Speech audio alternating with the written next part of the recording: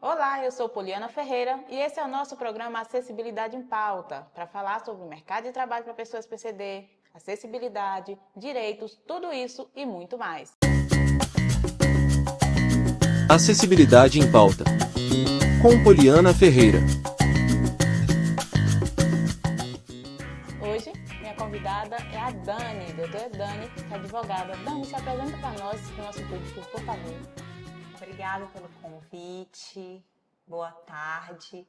Minha audiodescrição, eu sou uma mulher de meia idade, eu tenho 50 anos, sou uma mulher morena, clara, sou alta, meu cabelo é liso, do tamanho do meu queixo e uso brincos vermelhos e batom vermelho. Estou com uma camiseta branca do Toca das Leoas e quero agradecer a oportunidade, porque o Toca das Leoas é isso.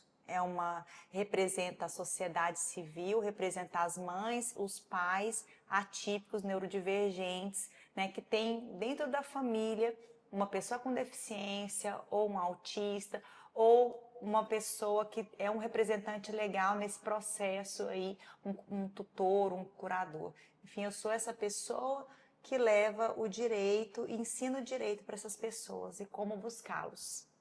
Eu quero te perguntar sobre mercado de trabalho para pessoas PCD. Já teve algum caso que você acompanhou para um PCD conseguir se colocar no mercado de trabalho, mesmo tendo formação? Nós enfrentamos várias dificuldades em relação ao mercado de trabalho. Nós melhoramos muito enquanto sociedade em relação aos impostos, de tudo que é deduzido numa empresa que incentiva essas pessoas com deficiência no mercado de trabalho. Hoje a gente consegue ir no supermercado e ver autistas trabalhando, síndrome de Down, T21 trabalhando. Eu gosto muito de ir no açaí, no quarteto, eu consigo ver, né, os jovens que têm deficiência auditiva, também consigo ver os autistas com suas correntes ali, com seu colar de quebra-cabeça. Então, a gente vê que isso está mudando, né? Porque existe um incentivo fiscal para que essas empresas contratem essas pessoas, né? Dani, explica para nós quando e como você começou esse projeto do Toca das Leoas. Olha, Poliana, esse projeto, ele é muito importante para mim. Eu digo que ele faz parte da minha vida. Ele veio na pandemia de uma necessidade, eu estava fazendo, já era advogada, veio o diagnóstico do meu afilhado, 1 ano e 9 meses, autista. E eu vivenciando tudo aquilo com a minha comadre, e aquele sofrimento do diagnóstico, o luto do diagnóstico, não saber o que fazer. E eu fui então me envolvendo com essas famílias, com as pessoas que ela conhecia, que representavam os médicos, os terapeutas, naquele processo muito doloroso do diagnóstico. Então, de certa forma, Dani, você não só representa como advogada, mas elas se sentem mais íntimas, né? Por ter uma pessoa ali falando por elas. Você é a voz delas ali.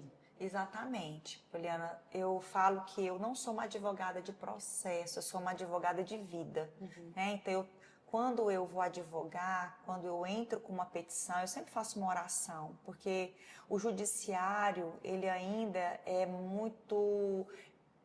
um lugar muito inóspito para se falar de direitos, né? Existem juízes e juízes, como existem advogados e advogados, médicos e médicos, profissionais e profissionais, né? Então a gente ainda lida com juízes muito leigos na questão da saúde, da questão do autismo. Então eu também venho nesse caminhar de conversar com os juízes, conversar com os desembargadores em relação ao que são esses direitos, né? Como eles são violados e como a gente pode conseguir esses direitos da melhor forma possível. Como que está a questão da alfabetização nas escolas? Para você, da tarde, com as crianças autistas ou outras deficiências também, as deficiências do modo em geral? Olha, existe uma dificuldade muito grande. Eu entendo que as escolas estão buscando caminhos, mas ainda existe uma dificuldade muito grande de incluir essas crianças, esses adolescentes no ambiente escolar. O que acontece? Então, se a negativa da matrícula é um crime, quando ela é ligada à deficiência, o que acontece? A mãe chega. Se a mãe chega gritando, todo mundo vai ficar de prevenção. Olha lá, a mãe tá desequilibrada, tá gritando. Mas você imagina que ela não tem nada por escrito. Como que ela vai entrar na justiça para requerer um direito se ela não tem nada por escrito? Eu falo muito para as mães. Tudo tem que ser por escrito. Então, primeiro manda um e-mail. Primeiro manda um WhatsApp. Olha, estou indo aí, fiz a matrícula foi negada. Eu queria saber por que foi negada. Aí vai ter uma resposta de lá. Ah, foi negado porque não tem vaga. Mas aí eu falo para a mãe, quando você for fazer essa matrícula, porque no sistema da rede estadual, do municipal, você entra no sistema e lá aponta se tem vaga ou não. Eu falo, printa essa tela. Porque não é só, a educação inclusiva não é só sobre a criança estar dentro da escola, né? É a criança conseguir permanecer, conseguir participar, conseguir absorver todo aquele conteúdo, né? E se desenvolver ao longo daquele ambiente, dentro do ensino fundamental até o ensino médio. O que eu percebo? Eu percebo que existem caminhos que ainda é uma escolha para o professor. Não deveria ser uma escolha. O professor não deveria escolher entre incluir ou não incluir, fazer ou não fazer, por exemplo, um plano de ensino individualizado. O que é um plano de ensino individualizado? É assim, o professor, ele observa aquela dificuldade daquela criança, daquele adolescente. Então, eu vou desenvolver estratégias para aquele indivíduo de forma individualizada. Isso é ótimo na questão da matemática, né? Ensinar aquelas figuras. Eu tive muito isso no ensino médio. Eu tive um professor super dedicado mesmo. Ele deu um show, me impressionou muito. É sobre projetos e professores dedicados que não encontram dificuldades. Porque a dificuldade, ela sempre vai existir, Poliana. Vai existir para o professor que tem que lidar com um estudante autista, com deficiência. Sempre vai ter essa dificuldade. Mas vai ter também aquela criança que não tem transtorno nenhum, mas que ela é avoada, ou que ela não consegue prestar atenção. Ela não tem diagnóstico. Aí é onde entra a criatividade do profissional da educação. Exatamente, a boa vontade de transformar. Eu sempre falo assim, o professor ele transforma vidas. Lá na sala de recurso é onde está o Braille, mas nós temos instrumentos para ensinar o Braille? Não temos instrumento para ensinar o Braille. É lá onde tem a Libras, a língua de sinais para as crianças e adolescentes surdos. Mas lá tem um intérprete de Libras. Agora temos a lei que tem que ter Libras em todas as escolas, mas antes não tinha. E tem uma atenção redobrada, né? As pessoas que têm com deficiência. Agora eu vou puxar um pouquinho o saco aqui para o meu lado. Eu tenho uma audição, não só eu, estou dizendo deficientes visuais de modo em geral. E a gente é muito atenta a tudo que está ao nosso alcance, que não tem o que falta na visão, tem na audição, no Aí eu fico olfato. pensando, né? Que tipo de trabalho seria importante para que aproveitasse o tanto que você tem a audição acurada, né? Tem tanta profissão, tem tanto mercado de trabalho, tem tanto trabalho que você poderia fazer para que você pudesse desenvolver dentro de uma empresa a importância do teu ouvir, né? Então, tem espaço. Mas assim, claro que para você vai ter que provar, vai ter que buscar, vai ter que insistir com a ajuda das pessoas que podem te ajudar nesse processo. Mas sempre tem as pessoas que ajudam assim, a você a se desenvolver, a procurar um trabalho no mercado de trabalho. Doutora Dani, muito obrigada pela oportunidade de te entrevistar, de conhecer bastante sobre o seu trabalho, esse trabalho interessante da Toca das Leoas e tantos outros, conhecer sobre o direito, sobre o autismo, não só eu, mas o nosso público também, pais, mães, alunos, vão conhecer sobre os direitos delas, que muitas das vezes está aí, mas eles não têm conhecimento. Gratidão e espero que a gente se encontre mais vezes e eu possa entrevistar mais vezes a senhora também. Trabalho de conclusão do curso de jornalismo. Discente Poliana Ferreira. Orientador Carlos Franco. Co-orientadora e produtora: Fátima Caracristi. Imagens: Carlos Franco e Fátima Caracristi. Edição: Carlos Franco. Trilha musical livre. Realização: Curso de Jornalismo da UFT.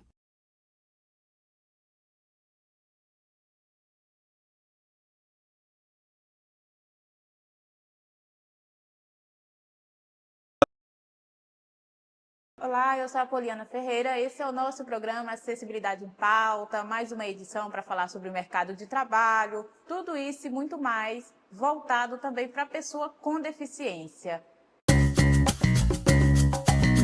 Acessibilidade em Pauta, com Poliana Ferreira. Meu convidado de hoje é o Clairton Tomasi. Apresenta um pouquinho para nós, espero que eu tenha acertado o nome. Acertou sim, Poliana, obrigado. Primeiro agradecer o convite por estar aqui participando com você. E eu sou servidor do Tribunal Regional Eleitoral, tenho 49 anos, sou psicólogo e tenho algumas especializações aí ao longo da minha carreira. Sou servidor público, mas antes de ser servidor público eu trabalhei também na iniciativa privada. E sou casado, tenho um filho e sou deficiente visual, sou cego. Eu acho que isso é extremamente relevante a gente contextualizar minha deficiência também nesse momento. Conta um pouquinho para nós da questão que você perdeu a visão, como foi isso? Eu perdi a visão, eu nasci com baixa visão, né? Uhum. Nasci com hipermetropia, catarata e tal, aí fiz procedimento cirúrgico, removi parte da catarata, isso lá em 1976. E aos 18 anos eu perdi totalmente a visão. Eu fiquei cego por incidência de glaucoma. Um glaucoma que se manifestou de forma muito rápida, muito aguda. Então, em 3 semanas, eu perdi totalmente a visão aos 18 anos. Mas aí, aos 18 anos, você já trabalhava, já estava no mercado de trabalho? Já, eu concluí o ensino médio e meu pai sempre teve um paradigma. Os filhos têm que estudar e têm que trabalhar. Então, esse princípio eu sempre tive muito claro. E meus pais nunca deixaram essas barreiras me impedirem de fazer as coisas. E isso foi muito importante quando eu resolvi fazer concurso, quando eu resolvi fazer faculdade, quando eu resolvi viajar sozinha a primeira vez. Tudo isso é muito fruto desse processo lá na infância, na adolescência, na juventude. É lógico que muitas vezes meus pais não queriam que eu fizesse. Não queriam, inclusive, que eu alçasse voos mais altos. Porque para eles estava muito mais cômodo, às vezes, eu estar próximo. Mas aí eles já tinham colocado o bichinho do desejo na minha mente, na minha cabeça, no meu coração, e aí não teve mais como voltar atrás. Então, assim, no começo eles falaram, você tem que ir. Depois, quando eles não queriam mais que eu fosse, já era tarde, aí eu fui. E como é a questão para fazer uma prova, para passar num concurso público? Operacionalmente, depois de estudar muito, né? Sim, Depois mas assim, na questão de concorrência com outras pessoas, como hoje o mercado de trabalho, a reserva de vagas para pessoa com deficiência, como é que ela funciona? Ela tem uma base lá nas legislações referenciais. Então eu tenho uma legislação federal que trata do ingresso da pessoa com deficiência no Serviço Público Federal. Eu tenho no estado aqui uma legislação, no município tem outra legislação, mas a maioria segue o princípio constitucional. E o fazer a prova, como é que é? Hoje os concursos, já na época que eu fiz, em 2005, 2004, os concursos oportunizam que a gente receba todo o processo adaptativo para que eu faça a prova Não em igualdade de condições, porque nunca vai ser, mas mais próximo do nível de igualdade de condições. E sobre a urna eletrônica, como é a acessibilidade? Como eu trabalho no TRE, a gente sempre entra nesse assunto em qualquer lugar que eu vá. E hoje a gente traz, a Justiça Eleitoral teve uma preocupação lá em 93, 92, quando começou a desenvolver a urna eletrônica. Em 96 foi a primeira votação eletrônica. E desde lá, ela contou sempre com alguns recursos de acessibilidade que vêm evoluindo ao longo do tempo. E o recurso que tem desde o começo da urna eletrônica é o teclado em braille e o teclado identificado como um teclado telefônico. Então, eu tenho a mesma sequência de um teclado telefônico na urna eletrônica. E o teclado em braille, as teclas identificadas, o numeral 5 identificado. Então, o braille vem desde o começo. Ao longo do tempo, a gente foi incorporando. Hoje a gente tem leitor de tela na urna. Então, assim, quando nós, deficientes visuais, a gente vai votar, a gente solicita, o mesário traz o fone de ouvido da Justiça Eleitoral, conecta na urna, e aí a gente vai ter o leitor de telas que faz a leitura da tela da urna mesmo. A gente tem agora também, na última votação, o recurso do intérprete virtual de Libras. Então, as urnas eletrônicas das últimas eleições, aqui no Tocantins, todas elas tinham a função do intérprete de Libras. Sua visão em relação às inteligências artificiais, o que você acha? Eu sou um profundo entusiasta do uso de tecnologia. A inteligência artificial, ela é extremamente positiva para promoção da acessibilidade. Hoje, eu tenho no meu celular os aplicativos de IA, das principais IAs, que eu carrego uma foto lá e eu peço para ela, ela faz a autodescrição daquela imagem. Então, hoje eu não preciso mais que uma pessoa leia ou transcreva uma foto, uma imagem para mim. Tem algum conselho, alguma coisa, alguma dica que você gostaria de deixar para uma pessoa com deficiência visual ou qualquer outra deficiência também, que queira entrar no mercado de trabalho, para ser mais específica, na vida pública, fazer concurso público, para alguma coisa assim? Eu tenho sim. Eu acho que o principal ponto é você se entender o tamanho da tua deficiência na proporção que ela é sua. Se está preparado para transpor. Acho que é isso. Muito obrigada por proporcionar isso para a gente, pela sua experiência. Que história de vida, viu? Muito obrigado mesmo. Isso vai contribuir muito, não só para mim, para o meu programa, mas para outras pessoas que vão ouvir isso e que vão, talvez, escolher fazer um outro rumo da sua vida, decidir fazer uma prova de concurso público ou qualquer outra coisa relacionada ao trabalho. O importante é não achar que a vida acabou porque tem uma deficiência. Esse foi o nosso programa Acessibilidade em Pauta. Eu sou Poliana Ferreira e até mais. Trabalho de conclusão do curso de jornalismo. Discente Poliana Ferreira. Orientador Carlos Franco. Coorientadora e produtora Fátima Caracristi. Imagens Carlos Franco e Fátima Caracristi. Edição Carlos Franco. Trilha musical livre. Realização Curso de Jornalismo da UFT.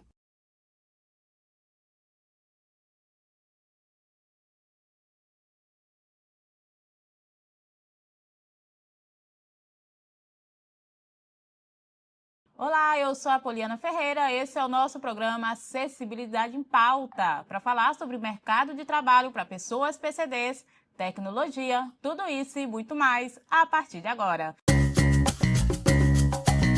Acessibilidade em Pauta, com Poliana Ferreira. Minha convidada de hoje é Caroline Reis, para os mais íntimos, Carol. Carol, seja bem-vinda ao nosso programa. Fala um pouquinho sobre você, se apresenta para nós. Bom, primeiro, né, eu quero agradecer pelo convite, muito feliz de estar aqui hoje, né, participando com vocês dessa troca. Como a Poliana já colocou, eu sou Caroline, tenho 30 anos, jornalista de formação pela Universidade Federal do Tocantins, né, com muita alegria e muita gratidão em falar da importância, né, da universidade para mim também. Foi de uma potência gigantesca nesse sentido. E hoje, né, eu resido em São Paulo, aqui trabalhando na Secretaria de Estado dos Direitos da Pessoa com Deficiência, coordenando um programa voltado à liderança e empoderamento das mulheres com deficiência.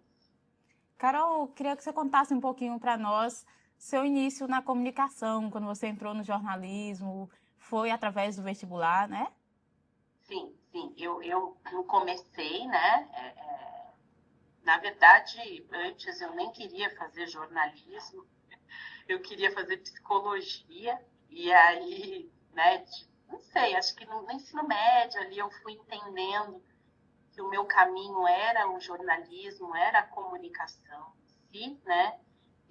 E gostei, na verdade entrei no curso ainda sem algumas perspectivas, porque eu não tinha muita noção ali, e aí no meu terceiro período eu vi que era realmente o que eu queria fazer, né? Sou muito feliz, né, em ter feito, porque tudo hoje em dia é a comunicação que move, né? Então eu aprendi muito e sou muito feliz, né, nesse processo todo, onde a gente viveu desafios, mas desafios que foram muito bem trabalhados para ter os melhores resultados possíveis. Como que foi para você entrar no mercado de trabalho na área da comunicação? Assim, para mim, eu não tenho muito o que dizer sobre dificuldades, porque eu já vim para um grande centro, né? Então é um pouco diferente.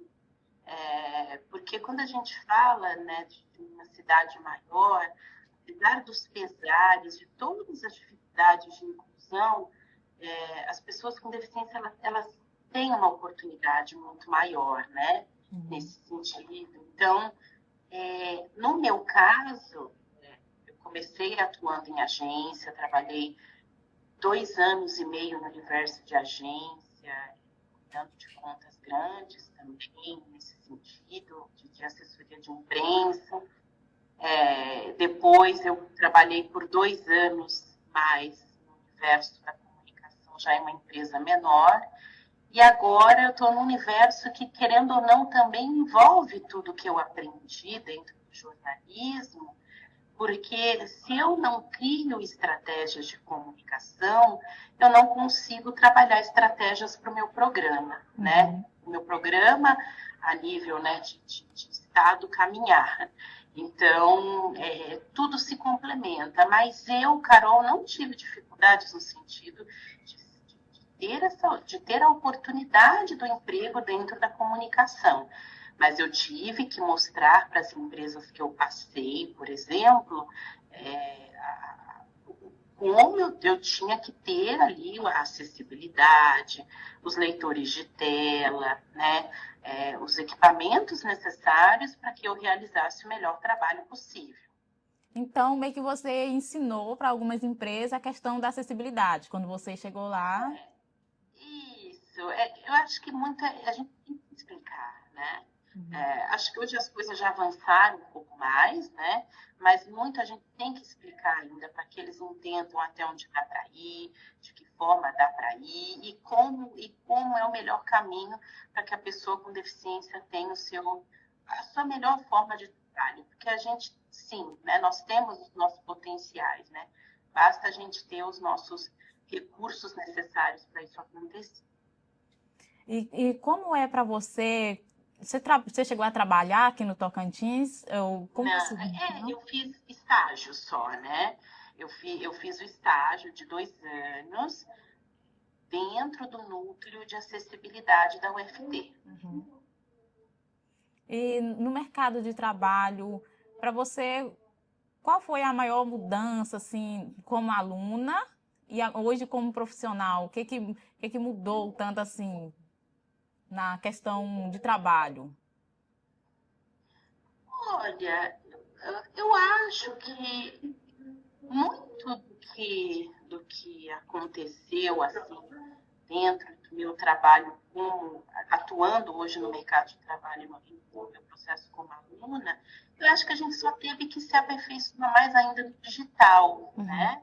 Porque eu já tinha esse entendimento do digital, claro, dentro da faculdade, só que isso se destrinchou muito mais de uns tempos para cá, né? Então, entender que o digital né, se tornou uma parte foi um dos desafios dentro do mercado de trabalho.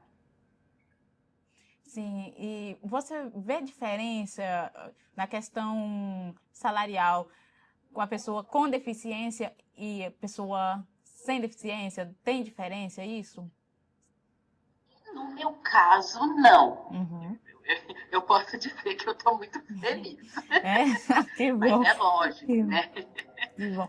Ainda há essa diferença, sim, até pelo fato das pessoas com deficiência, muitas delas não terem a oportunidade. Eu acho que as empresas elas estão entendendo essa oportunidade com o tempo, né? As coisas têm melhorado nesse sentido, mas no meu caso eu não vi diferença, não.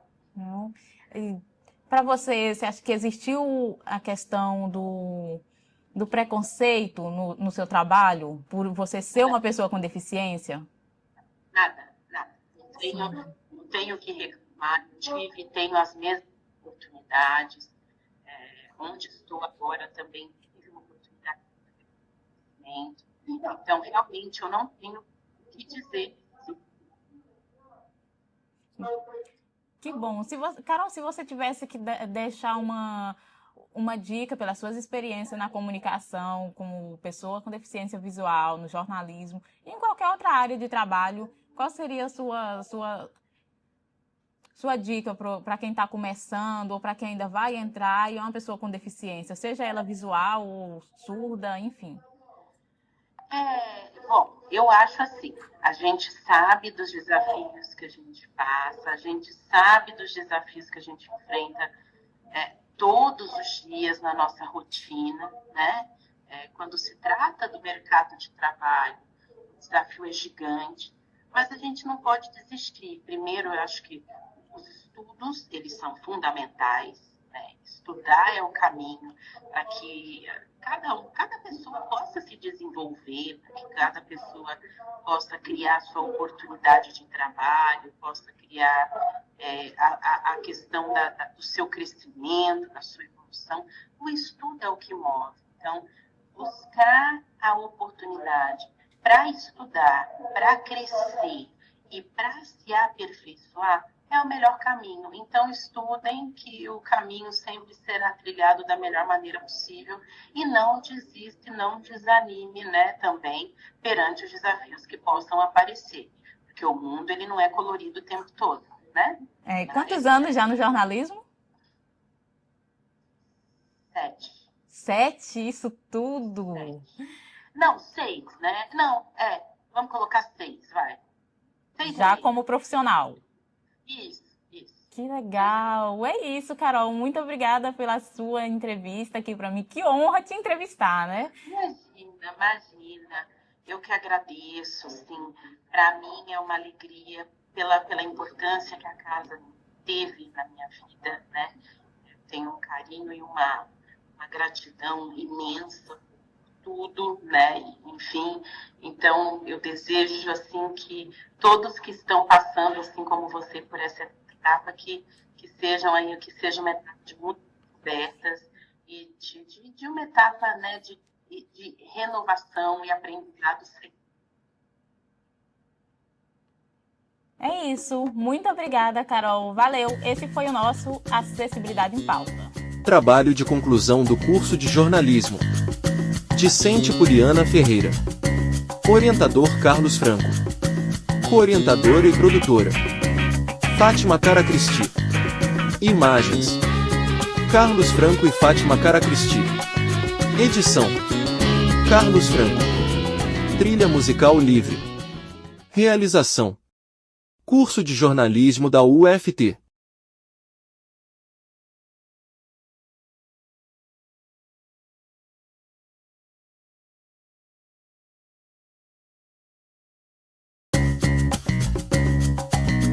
Acessibilidade em Pauta. Com Poliana Ferreira. Olá, esse é o nosso Acessibilidade em Pauta. Minha convidada de hoje é Maria Ferreira. Maria, seja bem-vinda ao nosso programa. Apresente para nós um pouquinho sobre você, fala sobre você para os nossos telespectadores. Oi, obrigada, boa tarde. Eu sou uma mulher cega, eu nasci com glaucoma congênito e eu fui perdendo a acuidade visual, né, ao longo da minha vida. Sou servidora pública, né, trabalho no judiciário já há bastante tempo, já tem 20 anos, e sou atualmente presidente da União Nacional de Usuários de Cão-Guia, sou usuária de cão-guia já no meu segundo cão. O meu cão atualmente se chama Venom, ele é um labrador preto, que me foi doado pelo Instituto Admax. E o meu primeiro cão veio dos Estados Unidos, ele me foi doado por uma escola norte-americana chamada Guide Dog of the Desert. O nome dele era Spirit e ele era um pastor alemão. Por que você chegou a ter 2 cão-guia? Explica um pouquinho para nós sobre isso. Existe um tempo para... Na verdade, o meu primeiro cão, ele ficou comigo por 8 anos, né? E aí a gente descobriu uma doença degenerativa e eu precisei aposentar ele, porque ele foi perdendo locomoção. E aí eu me inscrevi de novo para ter um novo cão, já que ter um cão-guia para mim era muito importante para a locomoção. Então, e aí eu consegui o Venom, veio para mim o Venom. Como que funciona a questão para adoção? Como que é a parte burocrática disso? Então, na verdade, o cão-guia ele é doado, né, por organizações que fazem o treinamento dos cães, né? Então, como eu falei, o meu primeiro cão ele foi doado por uma organização americana. Eu não paguei nada para receber ele. Eu me inscrevi, né, cumpri todas as exigências da organização. E isso contemplado, né? Cumpri determinados requisitos para conseguir ter um cão-guia, né? Então, eu cumpri os requisitos, aguardei e fui contemplada, né? Meu primeiro cão veio para mim em 2018, ficou comigo até 2023, e aí no finalzinho de 2023 veio o Venom, que está comigo, né, até hoje, espero que por muitos anos ainda. Eu comparei com a questão de criança, né? Adoção de criança. Existe uma adaptação e tal. E cão-guia, como é que funciona? Bom, primeiro você precisa ser habilitada para ter um cão-guia. Isso eu imagino que seja até um processo bem semelhante ao da adoção, né? Então, a gente tem que preencher 1 milhão de formulários, tem que ter referência de pessoas que atestem a nossa idoneidade, o nosso comprometimento. A gente precisa ter uma boa orientação em mobilidade, então não se entrega cão para uma pessoa que não vai saber andar com cão na rua, né? Então a pessoa precisa ter um bom mapa mental, saber andar nas ruas com autonomia, né? Usando a bengala, né? Então a orientação em mobilidade é muito importante para você se habilitar para ter um cão-guia, né? Você comprovar que é uma pessoa idônea, você precisa de atestado psicológico, né, para mostrar que você realmente é uma pessoa capaz de cuidar de um outro ser, né, que é um cachorro. Essa é a parte de habilitação.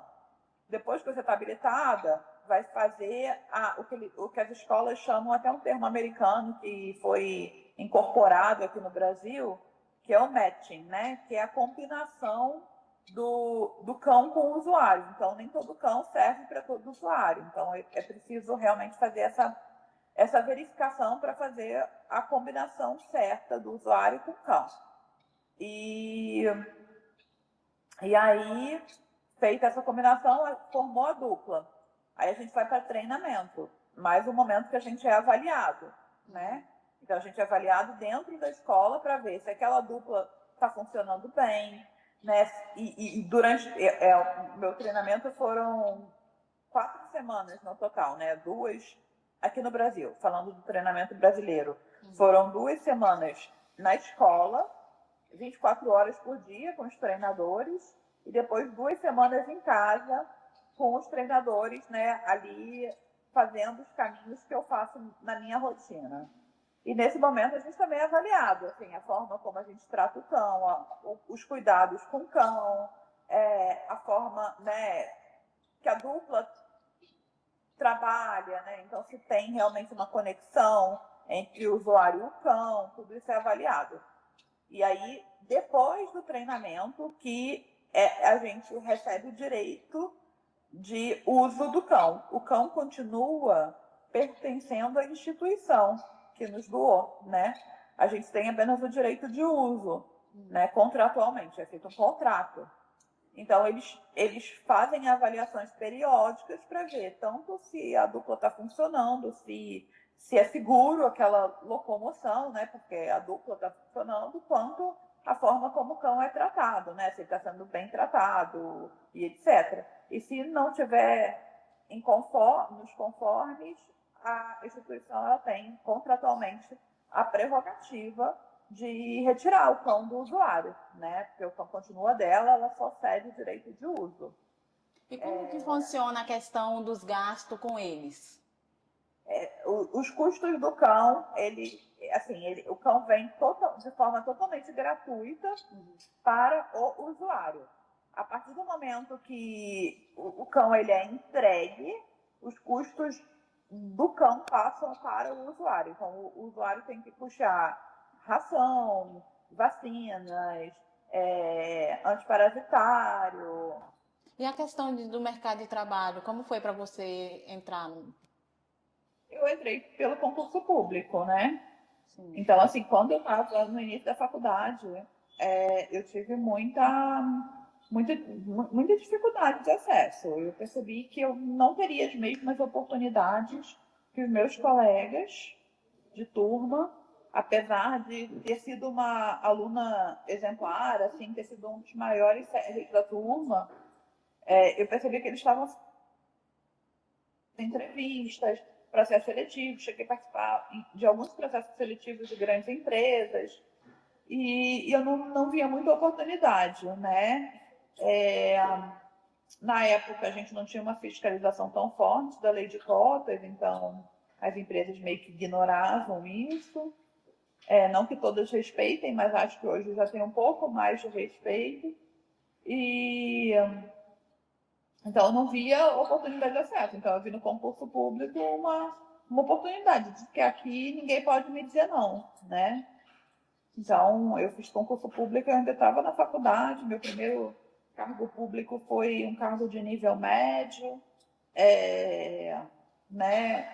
E dali para frente foram outros concursos, já fiz 3 concursos públicos, já fui aprovada em 3 concursos públicos, né? Não pretendo fazer outros. Estou bem onde estou hoje, né? Mas foi o caminho que eu encontrei para ter acesso ao mercado de trabalho. Né? O que você gostaria de deixar assim, para quem está querendo entrar no mercado de trabalho, que está fazendo uma faculdade? Que vocês acreditem no potencial de vocês, sabe? Não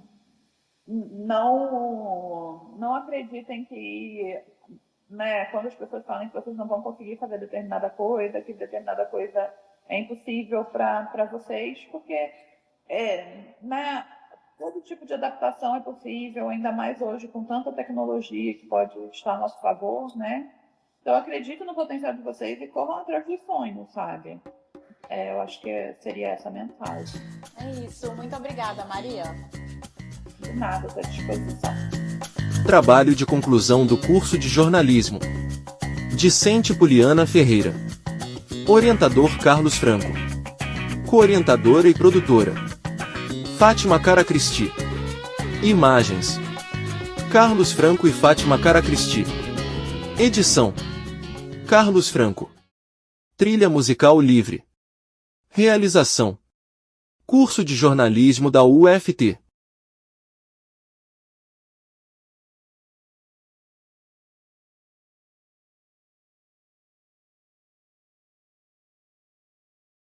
Olá, essa é a nossa última edição do Acessibilidade em Pauta. Acessibilidade em Pauta. Com Poliana Ferreira. Eu sou Poliana Ferreira. Meu convidado de hoje é Tiago Gomes Ramalho, do setor de acessibilidade da UFT. Tiago, Olá, se Poli. apresenta pra gente um pouquinho. Tudo bem? Eu trabalho no setor de acessibilidade da UFT e eu acompanhei a Poli durante a trajetória dela aqui na UFT e agora ela vai me entrevistar para a gente poder debater alguns pontos relevantes sobre as pessoas PCD no mercado de trabalho. Tiago, fala um pouquinho pra gente sobre o setor, o que oferece, qual a importância dele dentro da universidade. O setor, a princípio, ele é uma ponte entre o aluno e os professores dentro da UFT, os setores administrativos. E no início a gente sempre buscou conscientizar, né, a comunidade acadêmica sobre a acessibilidade dos alunos, PCDs, não só quanto aos direitos dele, mas também com relação a como eles poderiam ser vistos dentro da UFT, né? Não como um peso e também não como alguém que precisaria de menos rigor na hora da avaliação, mas de alguém que precisa de mais meios para de fato aprender o que eles precisam aprender e se tornarem profissionais de excelência dentro do mercado de trabalho. Como vocês fazem na questão de adaptação, de atividade, de trabalho, de prova, ali com o professor e o aluno? Como funciona esse trabalho? A princípio, nós temos monitoria, né, para auxiliar os alunos nas atividades que eles precisam de auxílio e também para estudar para as provas. Com relação aos trabalhos, a gente espera que os alunos eles entrem em contato conosco e solicitem esse tipo de material para que a adaptação seja feita. A adaptação ela pode ser tanto conversão de livros em áudio ou algum outro material que seja mais acessível. E explica um pouquinho sobre os materiais acessíveis que tem lá, os equipamentos, questão tecnologia.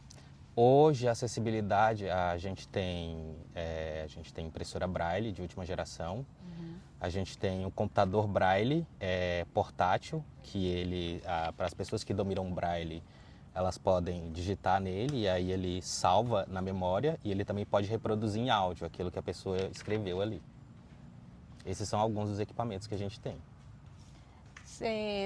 Vocês também dão suporte na questão da prova, do vestibular para entrar, quando recebe a solicitação, quando recebe a informação de que tem um aluno com deficiência, como é que funciona isso? Não, a questão de prova aí é exclusiva da COPESE, mas como a lei já exige, se o aluno solicitar algum atendimento especial, como um ledor, alguém para escrever para ele, caso seja necessário, ele vai ter esse auxílio. O setor de acessibilidade dá suporte nesse caso? No vestibular, não. A gente dá suporte a partir do momento que o aluno ingressa dentro da UFT. Quantos alunos tem, mais ou menos, que são atendidos pelo setor de acessibilidade? Atendidos diretamente hoje, nós temos cerca de 15 alunos. Esse número varia por quê? Porque alguns alunos eles precisam de atendimento constante, outros solicitam alguns atendimentos pontuais, mas também tem aqueles alunos que eles não precisam de um atendimento nosso. O que a acessibilidade faz? Quando o aluno ele ingressa na UFT, a gente convida ele para uma entrevista de acolhimento. Assim a gente apresenta para ele o setor, a gente explica para ele o tipo de auxílio que a gente pode prestar para ele e aí ele tem a autonomia para decidir se ele quer o nosso auxílio ou não e naquilo que ele deseja que a gente auxilie. Desculpa. Certinho. E o mercado de trabalho? Como vocês preparam os alunos para o mercado de trabalho, no caso dos alunos PCDs? Como a gente prepara, na verdade o preparo não é exclusivo do setor de acessibilidade, né? É um preparo acadêmico que ele envolve todo o corpo acadêmico, o corpo docente e também o corpo administrativo dentro daquilo que é a responsabilidade deles. Nós damos o suporte para que o aluno tenha as condições de cumprir a grade curricular do curso, naquilo que ele precisa. Por exemplo, tem algumas algumas solicitações de aluno que são simples. Um aluno com visão monocular, às vezes só precisa sentar na cadeira da frente e que o professor escreva com a caneta de determinada cor ou com a letra maior. Outros alunos precisam de mais adaptações, por exemplo, eles precisam ter livros em áudio, ou eles precisam de provas ampliadas, então varia muito de aluno para aluno. Muito obrigada pela entrevista, suas informações contribuem muito para o nosso trabalho e foi isso. Esse foi o nosso Acessibilidade em Pauta.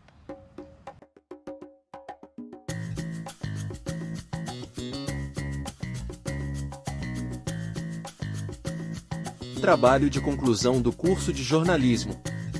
Discente Poliana Ferreira. Orientador Carlos Franco. Coorientadora e produtora Fátima Caracristi. Imagens Carlos Franco e Fátima Caracristi. Edição Carlos Franco. Trilha musical livre. Realização Curso de Jornalismo da UFT.